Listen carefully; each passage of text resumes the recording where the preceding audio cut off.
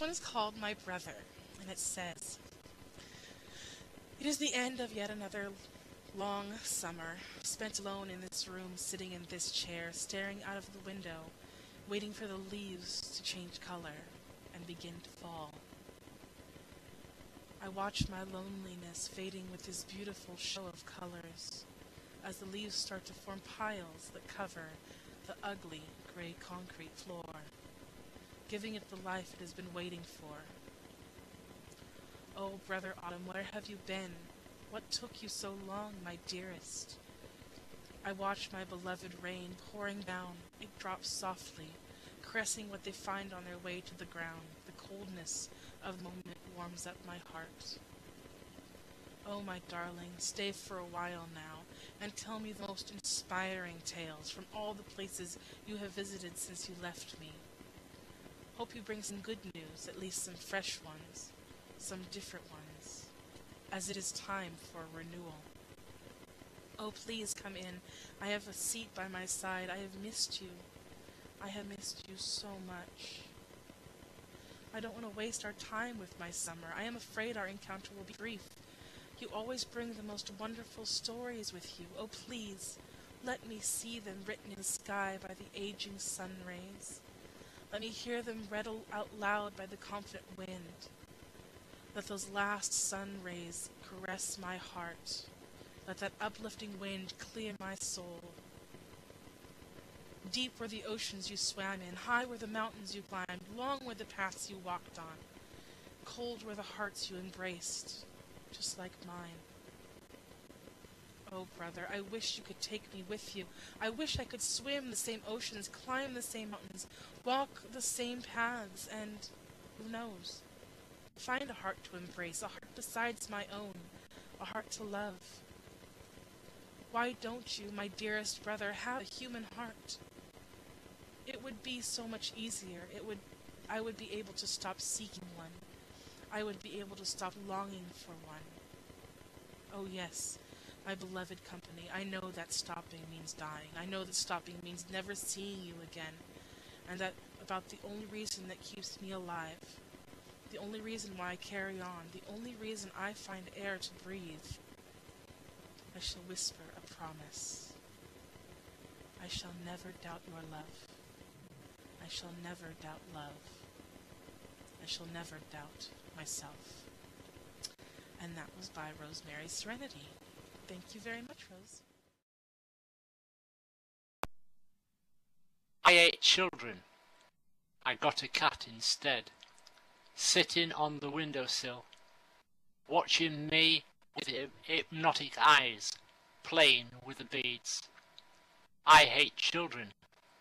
I got a dog instead, dozing on the blanket, tracking me with hypnotic eyes, following my lead. I ate children. I got a parakeet instead, sitting in a cage, gazing at me with hypnotic eyes, picking up the seeds. I hate children.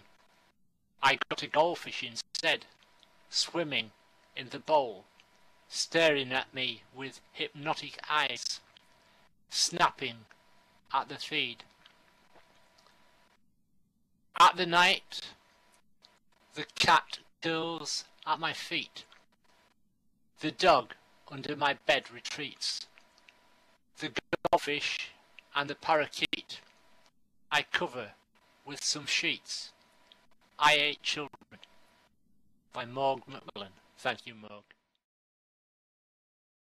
Okay, this next one is by, let me see. Oh, this is one I've wanted to read since I actually got it, because it seems like such an awesome idea. And it's called Autumn Leaves by Sambones Magnifico. And she adds a little epigraph here, and it's a short poem, which is kind of neat. And it says, "This is a poem my grandmother wrote, and I miss her very much. Thank you for this opportunity." So I thought this was really, really cool. So this says, "Autumn leaves play on my mind. D long, a friend I find, My bottle of beau, my dog Bruno, called a stick, my hope, so-so. Beyond the cache, beyond the crumb, an omelette, a chip, a sad old Hun. She weeps in autumn, but smiles in June. My heart's abroad, and full of gloom. Thank you very much, Sambones. Okay. These hands know how to deliver pleasure, can nurture, have provided relaxation, elevation, release from tension. These hands long to touch him, to tousle his hair, to squeeze his arm, to stroke his back. These hands have caressed, smoothed, coaxed, pounded lumps of clay into pottery. These hands have changed diapers, soothed headaches, hammered nails, changed tires. These hands have delivered love, alive in every sense. These hands seem to function independent of thought, cannot resist touching his back or his belly.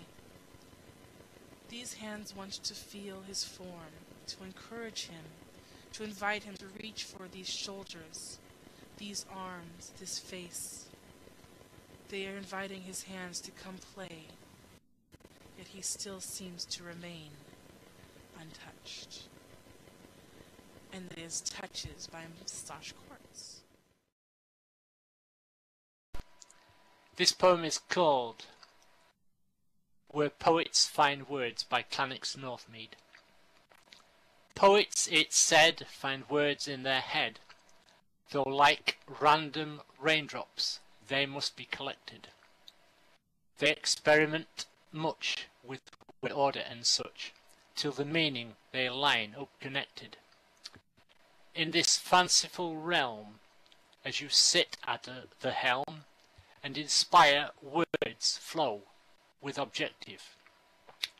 The poetry shows that a good verse lends most to love songs unless you're inventive. But having said that, like Schrodinger's cat, all verse has the chance to make glory. The only exception is too poor to mention, at least in this much abridged story. Thank you, Klannex.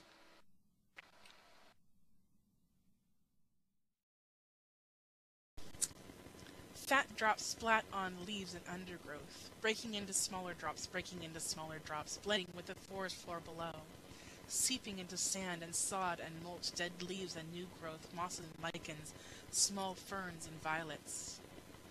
Far away the sky rumbles faintly, telling stronger storms, harder rains pelting on pavement, sudden flashes of lightning, startling, blinding, tingling the air with a sharp scent. Even small balls of ice that form incongruously in the hot summer skies, rattling on car tops. But here the rain is soft, enfolding in a silken cloud of mist. It cools in the steamy shade, refreshing it with light chill, bringing brief surcease from the summer's heat. I love the way that sounded, Corwyn. That was awesome. The words as raw, unwounded, and bleeding as I am, unprocessed thought seeks the refinement of purpose. He gained illegal access to my account. An injury needing triage seeks evaluation. He violated the rules of the terms of service. The edges of the words are bleeding across the page. He broke his oath as an officer to uphold the law. The FBI's diagnosis, there had been 2 crimes. I was now their victim. My diagnosis for his own purposes. He had usurped my rights. I am now their advocate. And that is Maia Avedon. Excellent poem. Thank you, Maia.